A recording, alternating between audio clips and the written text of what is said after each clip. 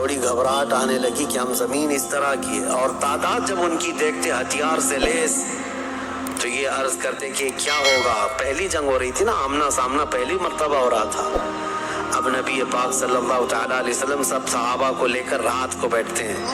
اب اس میں جو نبی پاک صلی اللہ تعالیٰ علیہ وسلم کے سامنے صحابہ اکرام سے مشورہ ہو رہا تھا، اب وہ ایمان کی بات ہے. حضور نے صحابہ کی بات یہ سنی کہ جو مہاجرین تھے وہ یہ کہہ رہے تھے کہ انصار کا تو کچھ گیا نہیں، ہمارا گیا ہے. مکہ میں ہمارے مال لوٹے، ہماری جائیدادیں لوٹے. انصار مدینے میں رہتے ہیں، مکہ کی کفار نے ان کا تو کچھ بگاڑا نہیں. ہو سکتا ہے کہ انصار جو ہے جنگ میں انٹرسٹ نہ لیں، ان کا کیا گیا ہے، یہ مہاجرین کی جنگ ہے. انصار جو ہے ہو سکتا ہے انٹرسٹ نہ لیں، وہ نہ آئیں. یہ ان کے دلوں میں بات تھی. حضور پاک صلی اللہ علیہ وسلم نے محسوس کر لیا، کیونکہ 69 انصار صحابہ اس کے اندر تھے. 69 بڑی تعداد ہوتی، 70 صحابہ تقریباً انصار تھے. اب دلوں میں جب یہ بات آئی مہاجرین کے کہ پتہ نہیں یہ لڑیں گے کہ نہیں لڑیں گے، کیونکہ ان کا تو کچھ گیا نہیں ہے نا. جیسے آج لوگ کہتے ہیں میرا تھوڑی نا اس سے کوئی مسئلہ ہے. تو پھر نبی پاک صلی اللہ علیہ وسلم نے رات کے وقت انصار صحابہ کو پہلے بلایا. سب بیٹھے ہوئے تھے، مشورہ کرنا تھا. سید الانصار حضرت سعد ابن معاذ رضی اللہ تعالیٰ عنہ انصار کے سردار تھے.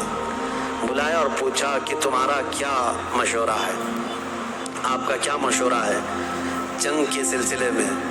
سنو، حضور پاک صلی اللہ تعالیٰ علیہ وسلم کی بارگاہ میں حضرت سعد بن معاذ سب سے پہلا جواب کیا دیتے ہیں؟ کہتے ہیں یا رسول اللہ صلی اللہ علیہ وسلم، پورے انصار کی طرف سے تو میں ترجمانی کرنے کے لیے کھڑا ہوں، لیکن میرے آقا کیا ہم بھی کوئی پوچھے جانے کی چیز ہے؟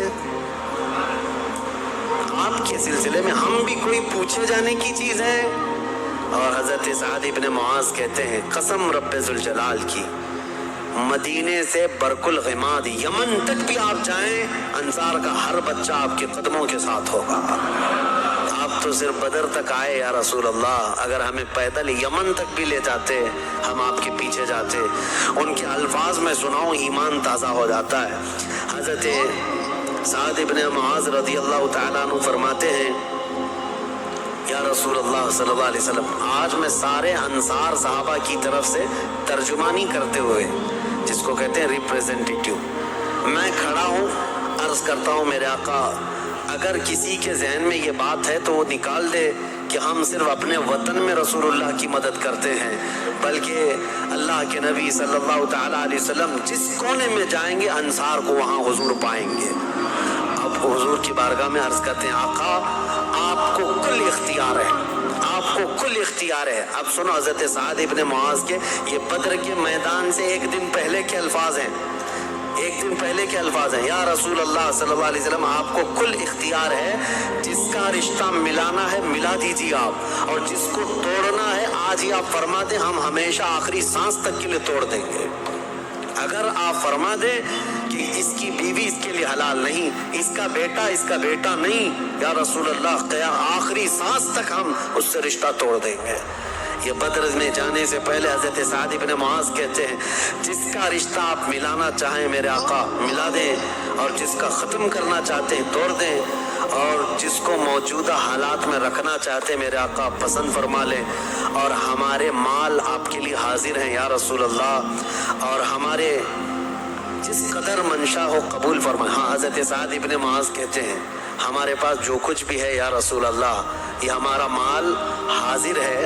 اب یہ دیکھو ادب کے الفاظ، حاضر ہے یا رسول اللہ، جتنا آپ کو چاہیے ہمارا پورا مال قبول کر لیں اور جتنا چاہے چھوڑ دیں، اور قسم رب ذوالجلال کی جو آپ نے چھوڑ دیا وہ دنیا کی سب سے بری چیز ہے ہمارے لیے، جو آپ نے قبول کیا وہ ہمارے لیے سب سے عمدہ چیز ہے.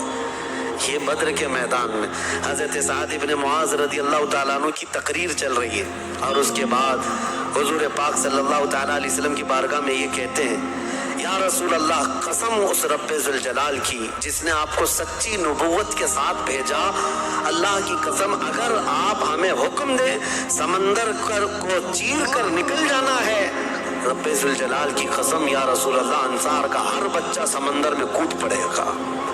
ये बद्र से पहले की तकरीर। अब इनकी तकरीर सुनकर हुजूर बड़े खुश हुए।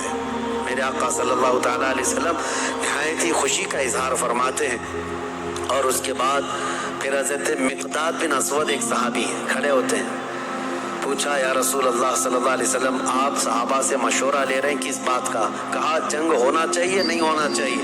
हज़रत मिक़दाद बिन असवद कहते हैं, या रसूल अल्लाह, हम बनी इसराइल नहीं हैं जिन्होंने मूसा अलैहिस्सलाम से कहा था, ऐ मूसा आप और आपका खुदा जाइए कौम जब्बारीन से लड़िए, हम यहाँ बैठ के देखेंगे।